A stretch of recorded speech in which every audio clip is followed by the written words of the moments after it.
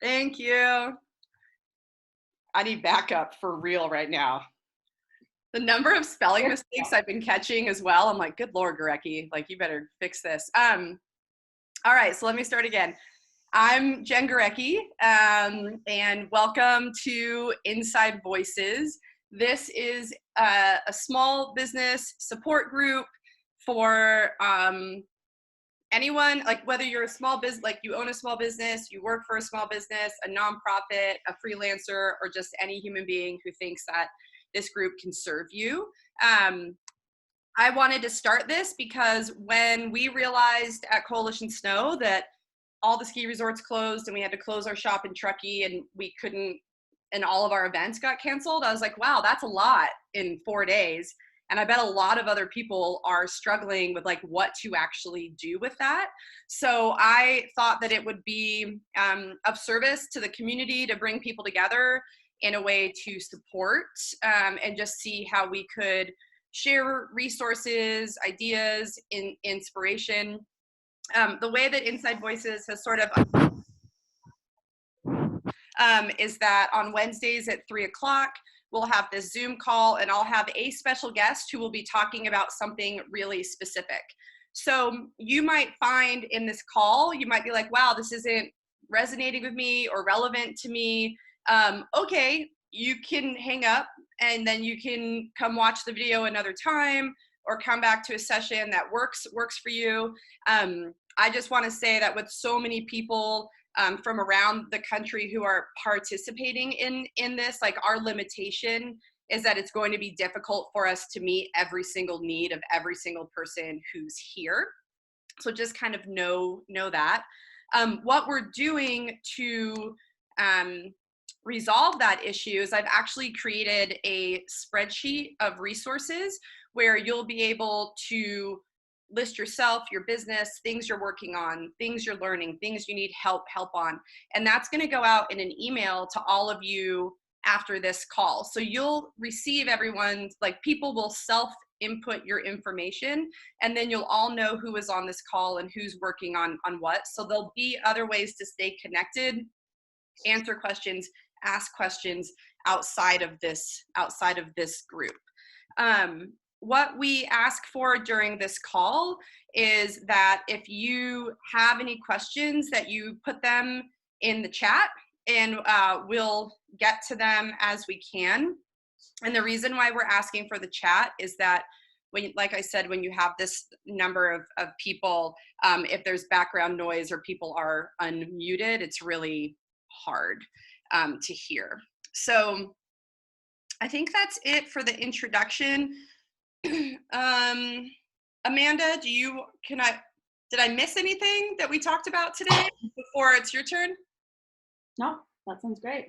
Okay, so I want to introduce all of you to Amanda Goad, who is one of the founders of BoldBrew PR, located in Durango, Colorado. And Amanda, you want to talk a little bit about who you are and what you do and what you're going to talk about today? Yeah, so I've seen a lot of familiar faces going through the screens up top. So hi, everyone. Thank you for joining us. My husband and I founded BoldBrew 6 years ago now. So we are a PR and marketing firm. And we also founded Project 16X almost 5 years ago now, which is a women's and non-binary leadership summit in the outdoor industry. So where some of my credibility being on here talking to you guys and Jen comes from is I'm just like everyone else in this room, trying to navigate these new waters and figure out how we can all be collaborative and keep our small businesses running. Between Adrian and I, who run BoldBrew, we both serve various avenues of communications and creativity, and then more internal details. And so between the two of us, we're really good at kind of navigating all aspects of what a small business needs to do in these times. Jen and I put down a lot of like logistical things that we might share with people afterwards. Adrian is really good at the logistics and has been watching the news nonstop since all of this started. And so we've put a lot of resources together for people, and we're happy to answer some of those questions there. He is currently watching our 19-month-old, so he was unable to join us for this. Maybe he can be on a future one if that is something that would be helpful to people. But today we wanted to talk about like, how do we all navigate this from a business communication standpoint, and how do we all work together to find ways to be more innovative and collaborative and kind of power through this as small businesses. So. Awesome. Thanks, Amanda.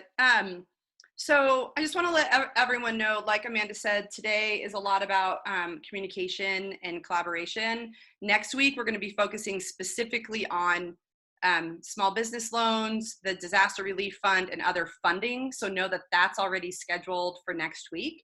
But why don't we just jump into this, Amanda? So one of the things that I wanted to start with is you work with so many other businesses and brands, so you have a handle on what a lot of different people are doing, including yourself. And I was curious, what are you seeing people do that is helping them through this time? So I think an immediate thing that we've all noticed and gotten a quick grasp on is where do you pivot your business, right? So everyone's been moving business online. What that looks like online might be different for everyone. And so I think you have to look at questioning, like, how can you pivot your business online, and what is the need for your business?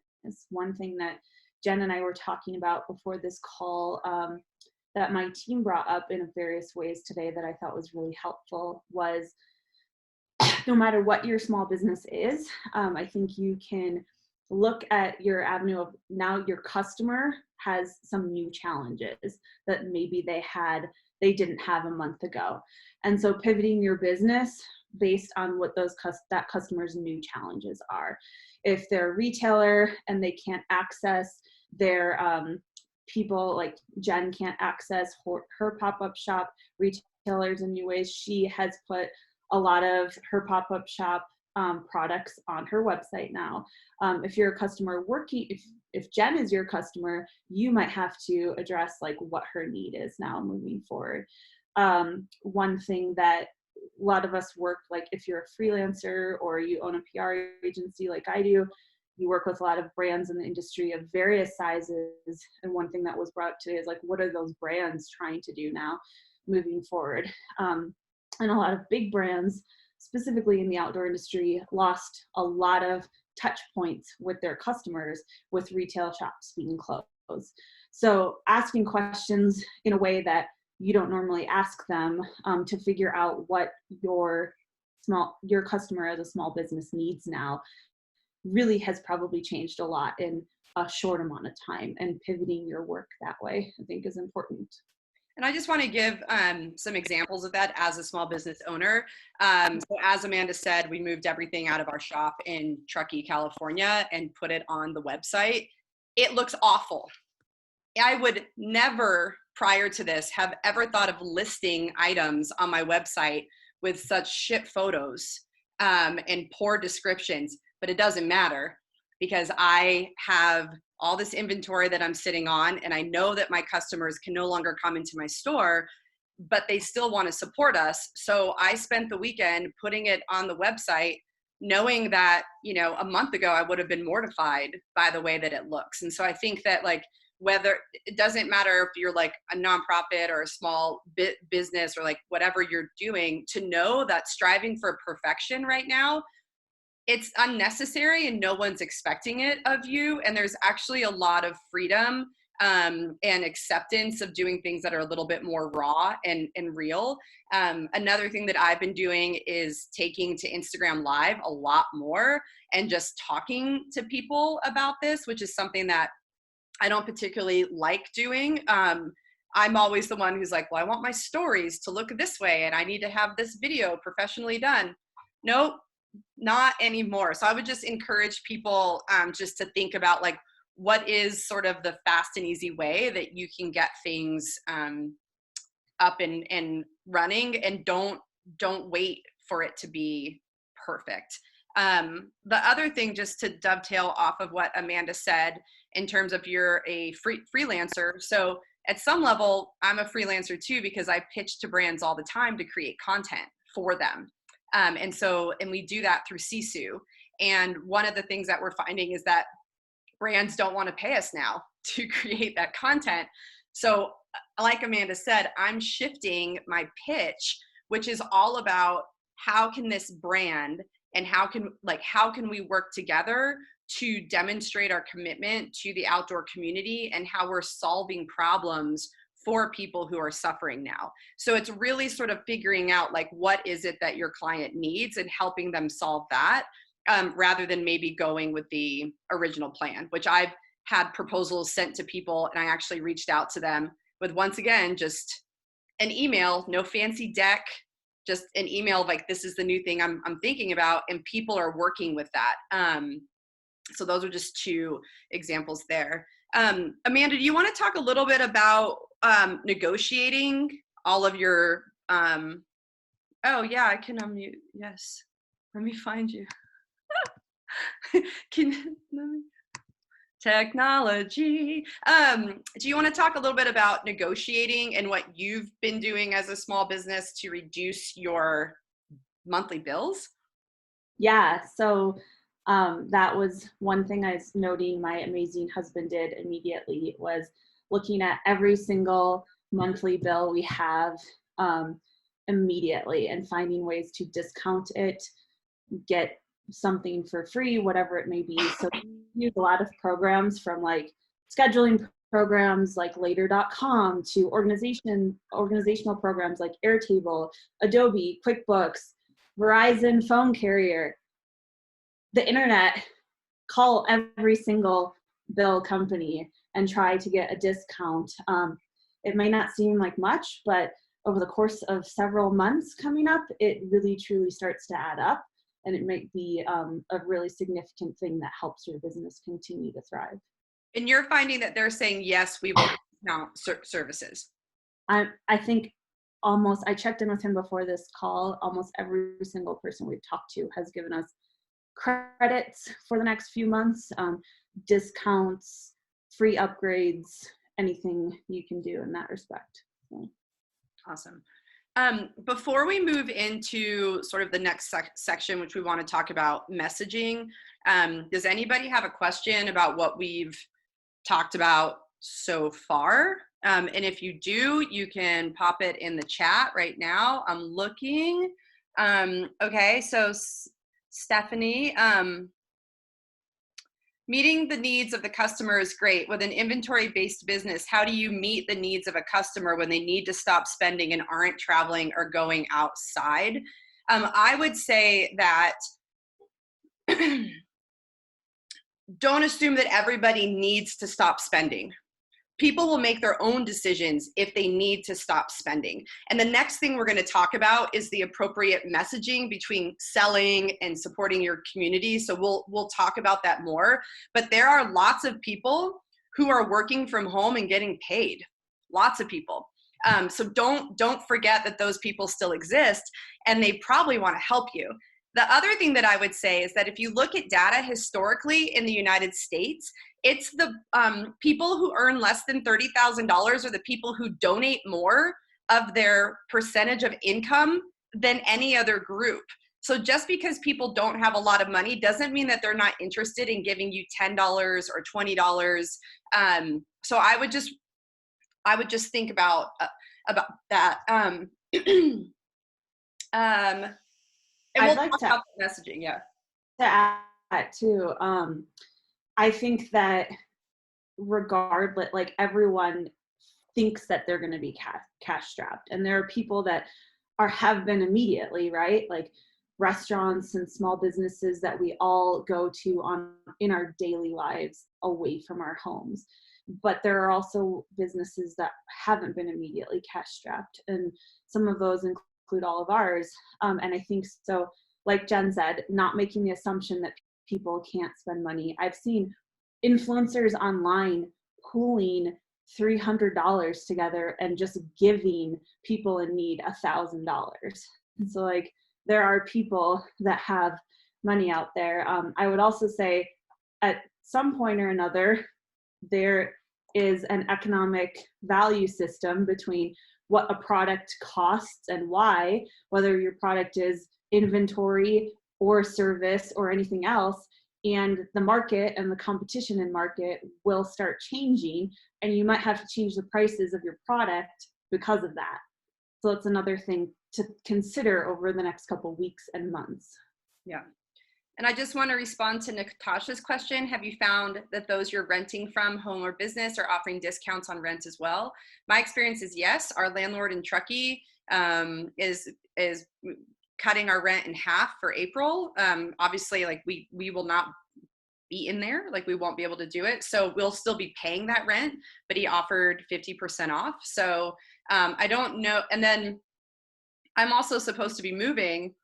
And I haven't heard from my landlord, so I'm pretty sure they're just like, they're figuring out what to do with that. So I think that you're going to see that a lot of rent is going to be discounted too, because a lot of owners have actually already, they've owned these properties for so long that it's in their best interest to keep tenants in there than to lose people now, because you're not going to get other people to come in. So this is where negotiating comes in, where and the key to negotiating is to never offer the first price or the first offer.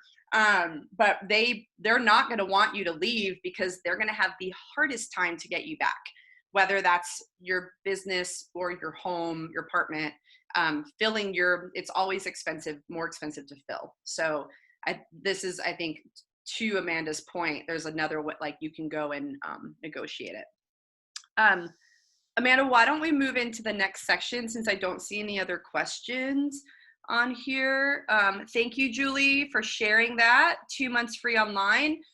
When I send you that spreadsheet at the end of this call, will take a couple hours. Everyone will have an opportunity to paste your links and put things in there. So that's a really good one. Let's talk about messaging, Amanda. So one thing that I have struggled with myself is I have a product that I need to sell. I kind of feel like an asshole asking people to give me money. And so I've been going sort of back and forth, and I can specifically share like what my strategy has been on sort of walking that line. But would you like to share your thoughts on appropriate social media messaging and email? Yeah, I think that this is the time to continue communicating with your customers. You could look at it a lot of different ways. One is that when resources are slim, there are less people contributing to you, and so it's harder to get them in the door, and so you do want to communicate with them more. I think that how you communicate is key, and I think that there's a lot of brands doing a great job out there. It's only been a week. We're going to have to get creative, right, with like how you continue to communicate.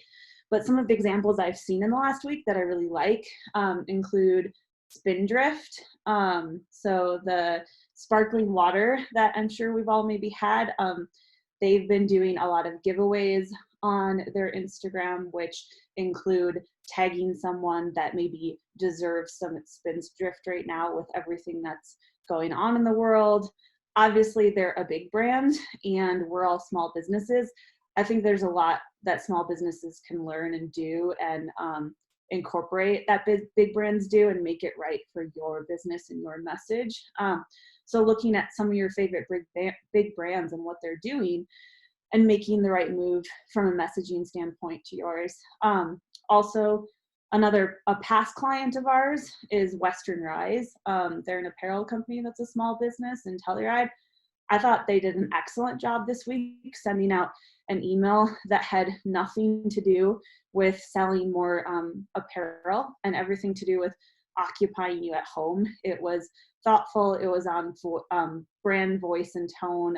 It was interesting and engaging. So if you're still providing your audience with content that they want to engage with, people are really bored at home.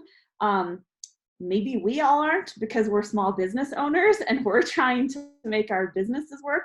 But the people that do still have jobs and are buying things and things like that, like my sister's an elementary school teacher. She is teaching part of the time from home right now and putting lessons plans together, but she is also kind of bored. Um, and so what that looks like, what your messaging looks like to the general public. And a lot of the time I have to remind myself that we are not our audience, right? We're business owners and freelancers, and we're people that really pay acute attention to the industries that we're in.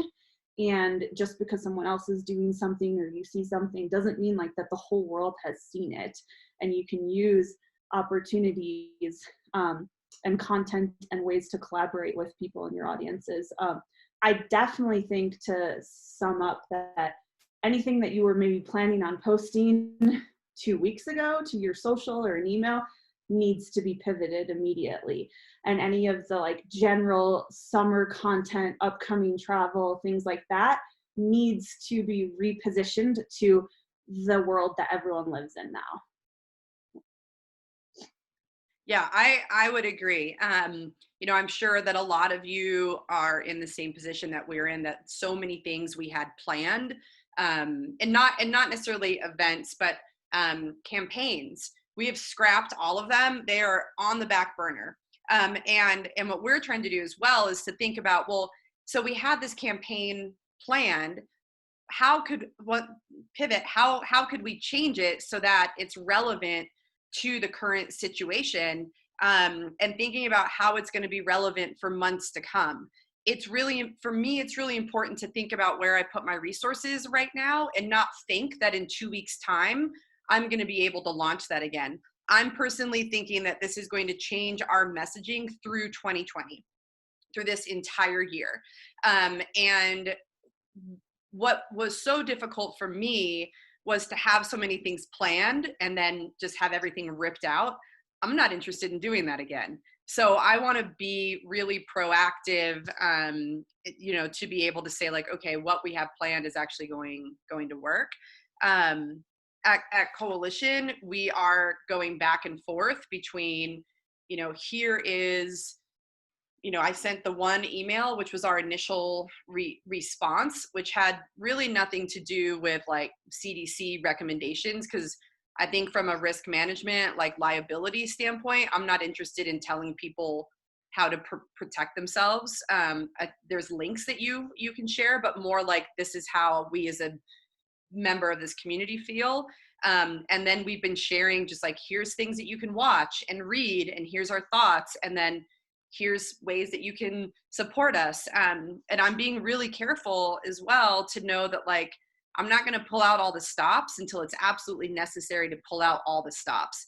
So think about those asks, like what is appropriate to ask now, knowing that you might have asks a month from now, 2 months from now. It's really hard because everyone's so scared, and we just think that like, oh my God, we have to figure it out now. But I don't. I think we need to think about this more long term. We have a question here from Kenzie. Have you had any feedback from the email communications you have sent recently, positive or negative? I've only received positive feedback to the emails I've sent, and I will tell you, people have no problem sending me negative feedback. So it's not that like people are trying to spare me. Bless you. A lot of people, and maybe I can share a link to some of the things that I've written and put it in this spreadsheet, but a number of people who I don't know have said, thank you so much for being positive in this time. With the sale email that we launched. So last week we weren't selling anything. We were just sort of more responding. And then this week with our sale, people responded saying like, oh, I can't wait to support you. So it's been positive for us.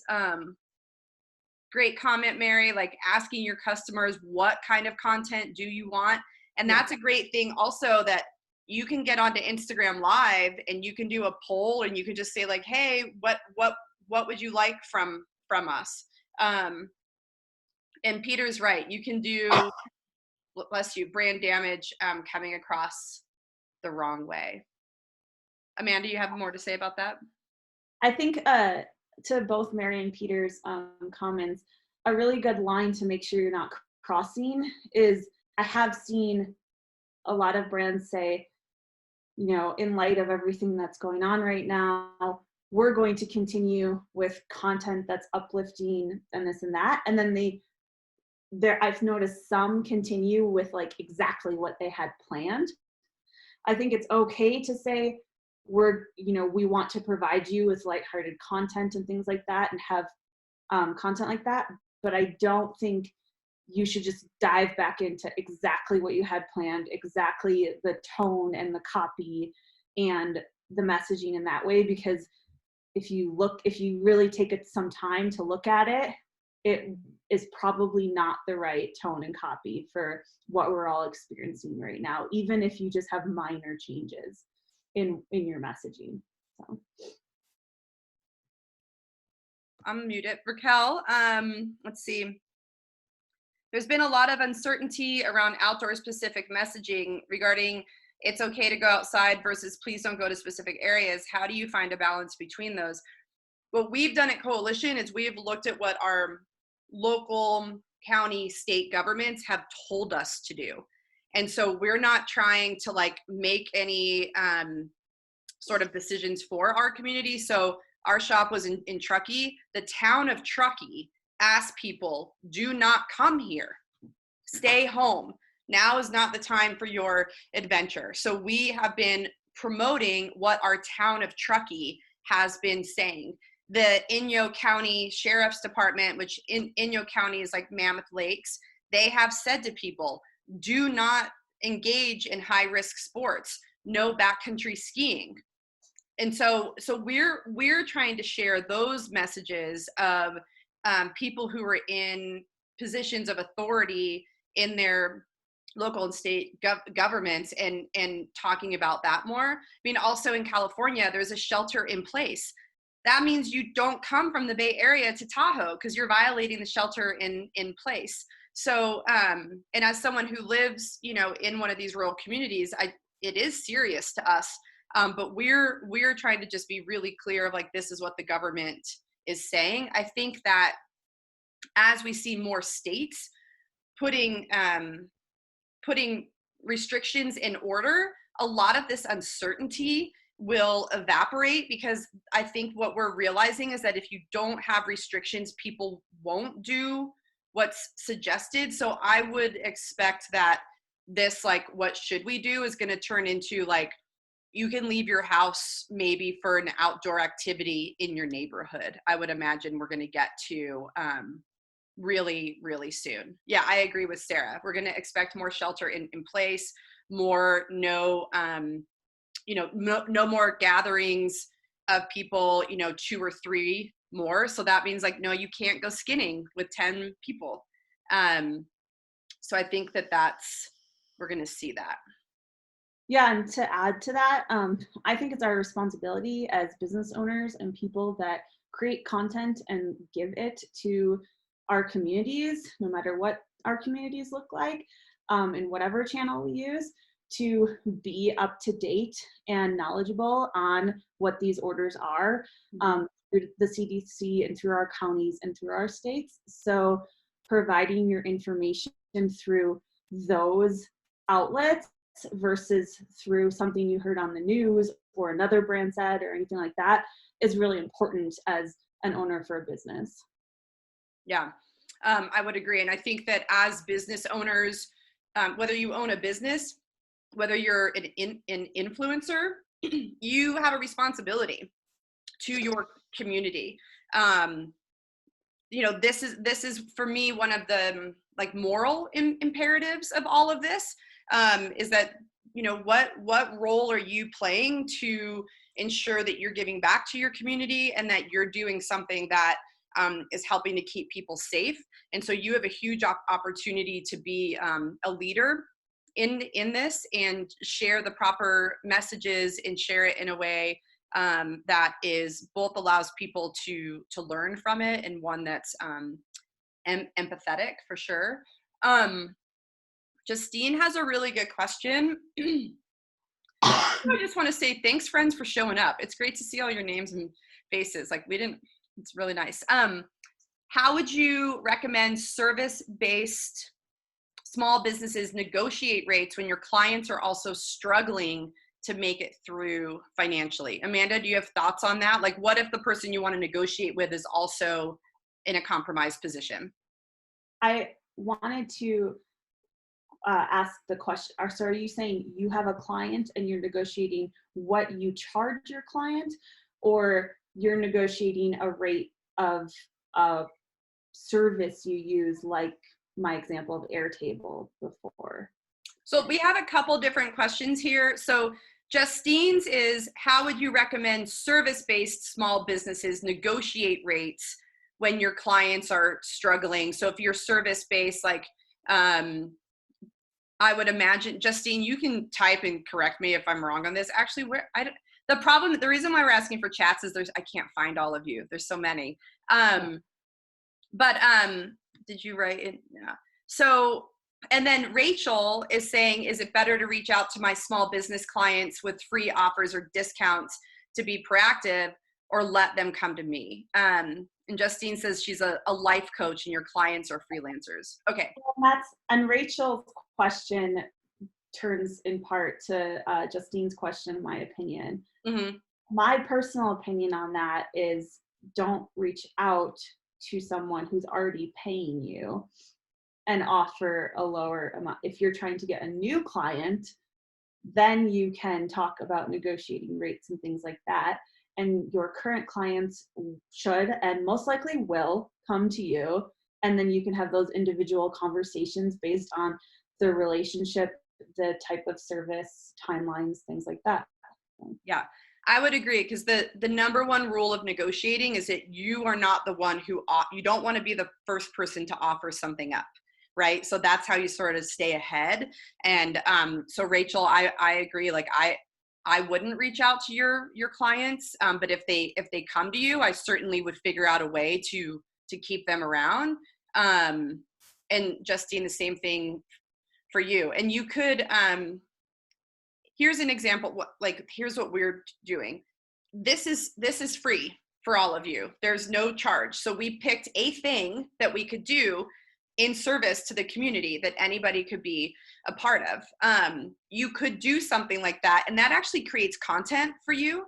So if you decided that you were going to do a thing, now you have something to talk about in your emails, you have something to talk about on your Instagram, and it could be something that is either in direct response to this crisis, or it could just be something that you know that you have that's a benefit to your customers. So think about, like, this is where the community built, this is the social capital piece.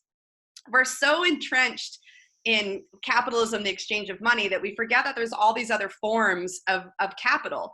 And social capital, the relationships that we build with one another, that's really significant. So think about how you can leverage that as well. I just want to make sure that we're getting, Lace, great comment. Yep. Make sure, like, sharing links. I agree. Like, you don't have to write everything out. You don't have to add your opinion. Just sharing the link is really good. Opening up the conversation. Jess wrote that one of the small businesses reached out to upcoming guests and suggested moving dates.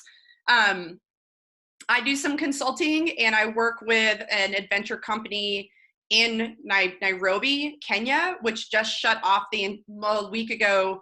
It shut off the entire country to all incoming tourists. And so I've been working with them on this exact messaging, saying, like, we want to rebook you versus canceling. That is an area to be proactive on, I would say. Amanda, what are your thoughts?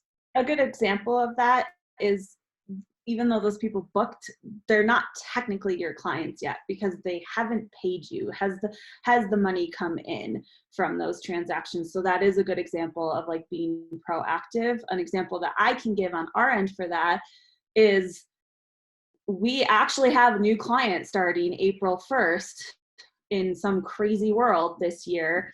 And they hadn't signed the contract as of yesterday that we were actually starting. So I reached out and proactively said, I know things are crazy right now. We will hit the ground running for you now at no additional charge in order to get the contract signing and moving forward on April 1st, because we want their business to succeed and we want to provide value to them. And then they sign the contract and things move forward. So that's a similar, just another relation to like how you can be proactive if the cash flow exchange has not happened yet.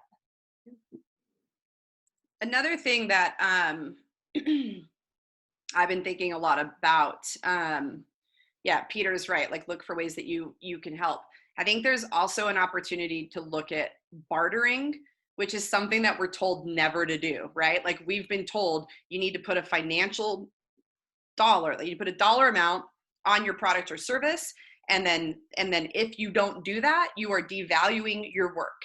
In a capitalist society, yes, but in a shifting society in which we choose to value other forms of capital, we could actually understand, we could embrace bartering and say, well, I have this to offer and I really need that other thing.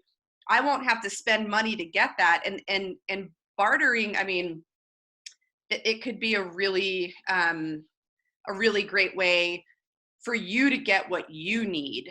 Particularly if money is something that is a challenge for you. Molly's asking, can you discuss other forms of capital? Yeah, I probably shouldn't have dropped out of that PhD, hey, because that's like where all this is coming from. Yeah, I mean, I think so. There's human capital, which is essentially like our ability to think through things. There's natural capital, which is the value that we place on sunlight, water, air. For me personally, I think that like social capital is the biggest like other form of capital that I'm personally focusing on now, because that's 100% about your relationships and understanding how those relationships and your goodwill, how that will allow you to procure the things that you need. A simple way of stating that is like calling in favors. Who can do you a solid, but also be careful, like don't ask for all of them until you really need them. But that's a lot of us who have brands, like we know that brands are different than a business, and that brands have a personality, and we have relationships with our customers, and we've built communities. There is social capital there that you can absolutely tap into. Steve, other forms of capital. Every time I buy or sell something secondhand in Denver, I offer to throw in stays at my Crested Butte. Yep, that's like a barter. Peter says, stay in touch with your customers, reach out and see how they're doing, how they're holding up. An email, text, or call will go a long way. Let them know you're thinking about them. That's absolutely building social capital. You're putting more capital in the bank. And then Kelly's saying that some states will have economic stimulus loans, grants, and crisis money available. Yes, and that's exactly what we're going to talk about next week, is that. I just want to put out there to this group, we are going to try to end the call at 4, because we all do have businesses to run. But before we move into the last part of what Amanda's going to talk about, which is how collaboration is the new competition, does anybody else have questions about messaging and communication? I'll just give you all a minute to think.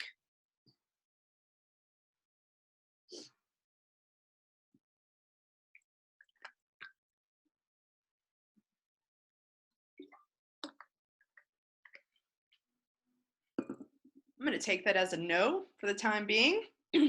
Amanda, so let's move into this. Collaboration's the new competition. Why don't you talk about that? Yeah, I think it's a great thing to end off based on what we were just talking about, social capital and even your like intellectual capital and what you're capable of bringing to the table. I think that this is not a time to be competing with other businesses that are like ours. other like-minded businesses, businesses that have the same customer base, and it's a time to come together and figure out how everyone can work together. And that might look really different depending on what your small business is. But I think crisis breeds innovation, right? And we're not going to, maybe this is the innovation that the whole country has needed for quite a while. And doing things the same way that we've always been doing them is not going to work. So I think that finding ways to collaborate with one another and collaborate with people that you wouldn't normally consider or think about collaborating with, whether it's a competitor or someone in a totally different industry. It doesn't have to be a competitor, or someone that you haven't talked to in a year and a half or 2 years. Finding ways to work together instead of trying to fight each other for what's left of the pie is really important. Do you have a specific example on that? Something you've seen or something you've thought of that? Well, I live in the PR world. So one example that I saw immediately last week was that instead of having PR agencies reach out to people individually, media individually, respond to the fact that in-person events are not going to be happening for the foreseeable future. There are a handful of PR agencies trying to come together on virtual events together and not host all their own. So we don't need like 10 new PR agency virtual events, right? But maybe they come together with other brands like Jen's, other brands in the industry, and they do PR virtually and get in touch with each other face to face that you wouldn't normally be able to do anymore in that way. So that's one way I think it makes a lot of sense. I think that just collaborating like this, like Jen said, hey, I'm doing this. And I said, how can I help? I'm here to help you. And we weren't actually going to have me as her first person. And then all of a sudden she called and was like, I think you should be on this. So collaborating on a whim, figuring out what makes sense to work together, and figuring out how we're all not, I think one of the things like content wise and thoughtfulness wise that I didn't really mention at the beginning, but Jen and I had talked about is, and I think this evolves in what you're doing in your messaging and also collaboration, is all of a sudden I saw like a crazy amount of people doing meetups virtually and content being pushed out about everything to do. And there are some pieces of content that are really great that there's tons out. And then other ways, like we're all been inundated with a crazy amount of information, right? So is there a way to work with other people to make more cohesive, stronger information that rises to the top as well? Mm-hmm. For sure. And I want to address some of the chats here. So Rachel, in that spreadsheet that I'm sending out, there's going to be an opportunity for people to post links. So know that you're going to have that, and you can take a look at that. Several physicians and trainers coming together to co-promote workouts. Let's see. Molly, you should definitely share that with everyone. When you get the spreadsheet, put it on that. That's going to be the easiest way to share it. And Kelly, you will be able to see everybody, and you can share your contingency plan as well. I want to pop back up to Tessa. To Tessa. You wrote that you have a good example of something you're putting together. Can you type that for all of us? Because I can't find you because there's a lot of humans. Are you able to type to us what it is that you are putting together? And does anybody else have any? Oh, there she is. Can you see me now? Yeah. Okay, sorry. I've never used this before, but I guess I should get used to it because this is what everyone is doing. So I love when you guys were talking about collaboration as the new competition, because we all kind of have to work together to make things work. But I kind of woke up with this idea of like, we need to do an adult coloring book because I want to color, but I don't know how to draw. So I reached out to my friend Emily Reed, and we made this like coloring book, which we've put together in the past like 3 days. I'm so impressed with us. But it's like she draws animals, and so it's like cheeky little sayings, like a picture of an owl, and it says, "I'll always share my toilet paper with you," and stuff like that. So it's like a coloring book and postcards that we're going to put together, and we're going to do downloadable PDFs that are free with an option to donate. So I like that because then you know, if people are in the same boat as us where we don't have any money, like you can still take advantage of it, but you can donate if you want and if you have the extra funds. So I don't know. I had to give myself a little pat on the back for that, like outside of the box collab, because I sell vintage furniture and clothing and I draw stick figures, but now I'm like collaborating on a coloring book. So I was pretty excited about that. Yeah, I think that's awesome. And, you know, I just think it just demonstrates as well that like now you have something to offer to your community, which is that content creation, it's the messaging, and you're not necessarily saying like this is free. You're essentially creating a sliding scale, which is another way to consider your pricing. And there's a, Tessa, do you mind hitting mute? There's, I can actually, you got it, great. There's also like a really large brand, I don't know, maybe some of you shop there, Everlane, which is a clothing brand. They've been doing a tiered pay what you can system for a long time. And what they don't do it on their new releases, they do it on their overstock, and people actually decide what they can pay. It's another great way. If you have a product or a service, you could actually let people self-select, and that probably would make you feel less like an asshole. Also feel like, I mean, for real, we all feel like jerks, you know, with like trying to do this, but you could do that. And that, for those of you who already have online shops, that's just adding a variant, you know, and updating what the description is. And that's a really easy thing to do. And if you don't have an online shop, then you absolutely can look at having a Venmo or a PayPal. So, and Everlane's a really good example. And what they do to take it a step further, at least they were doing this, is within each of those variants, they're really transparent on what your payment provides for their company. So like the highest payment is, you know, product, transport, like shipping product, and like paying for their team and all their internal like team production. And then like the lowest payment is like product and a little bit of addition to the product. So you can go to their website and probably see that and do something similar for your brand. Yeah. Just a few more comments that I want to get to. Instagram live videos, like we're doing one tomorrow at 5:00, and Andrea Drawing from Nature is going to be there to talk about creativity, and not necessarily just like, it's not necessarily for artists, but creative thinking. Instagram lives are great and anyone can do it. And I did one yesterday in bed wearing my jumper that had a hole in the armpit, and I told everyone and didn't care. So you like really don't have to be exceptional with this. Susie's asking like, you know, what if stories were shared, slideshows shared? Absolutely. Like the more things that people are creating, this is another place for that spreadsheet that you all will get. You can share this and you can collaborate. And this is a way that you can help one another and collaborate, is to share each other's work. Trina, I just want to comment on something that Trina said. So she says that she normally creates advertising and she's pulled ads and moved our focus to information, continuing service using tech and connecting businesses.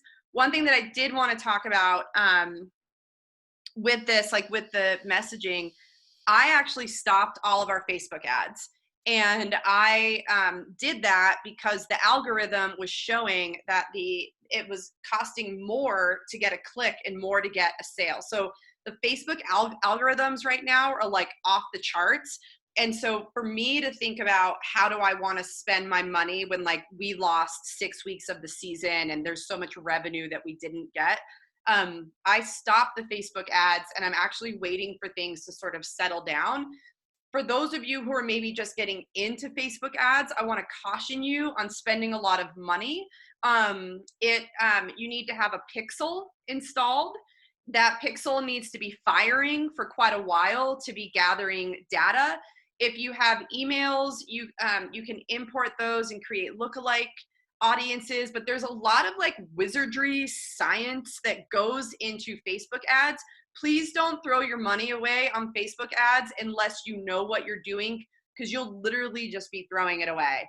I think it's much better right now to have a pause and try to see what you can do organically. I mean, Mark Zuckerberg did say today that they're like struggling, and I'm like, I got nothing for you on that, Mark. I got nothing for you right now. Just not take your salary next month, babe. It'll probably all work out. I digress. But really, please, if you're new to this, please be careful. The other thing that I want to say in terms of being careful is gift cards. So gift cards are a loan from your customer. That's a loan. And you need to think about, do you have the capacity to pay back that loan when they come with that gift card? Are you able to do that? And so if you're a service-based industry or a freelancer, it's going to probably be your time, right? If you have inventory, it's going to be product. But don't end up being in a position where you're getting all these, you're pushing out gift cards now, and that allows you to cover your overhead, but then you don't have other strategies for revenue. Gift cards aren't really revenue unless you have excellent margins. So I hope that kind of makes sense, but I'm very concerned for other small businesses. And I think it's been a very nice gesture for people to talk about that, to say, like, go support with a gift card. Actually, what's better is to just buy real shit or just give people money, because the gift card could really put you in a lot of trouble when people come to redeem that. So, and we can talk more about that another time. I just want to comment. Kate talked about photo contest on the Facebook page. That's, yep, people are going to be like really into things they can participate in that are positive. Amy Kemp from Camber, make sure you're turning off your automated emails, ads, and paid media. You don't want to come across as being tone deaf. Yes. Yes to what Sarah says, for sure. Yes to what, yep. There's still industries in need of our services.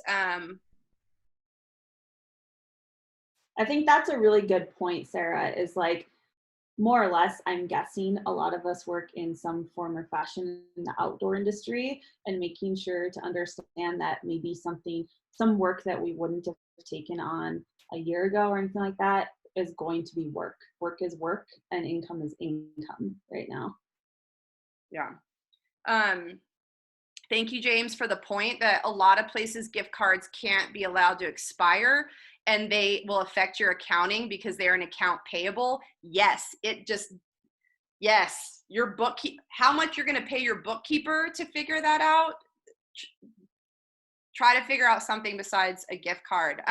Maria is talking about a Film Fest nonprofit, helping people access free films. Also thinking about how maybe you can get people to pay $5 at some point, like, right? Like there's that balance between service and making sure that you still exist in three months.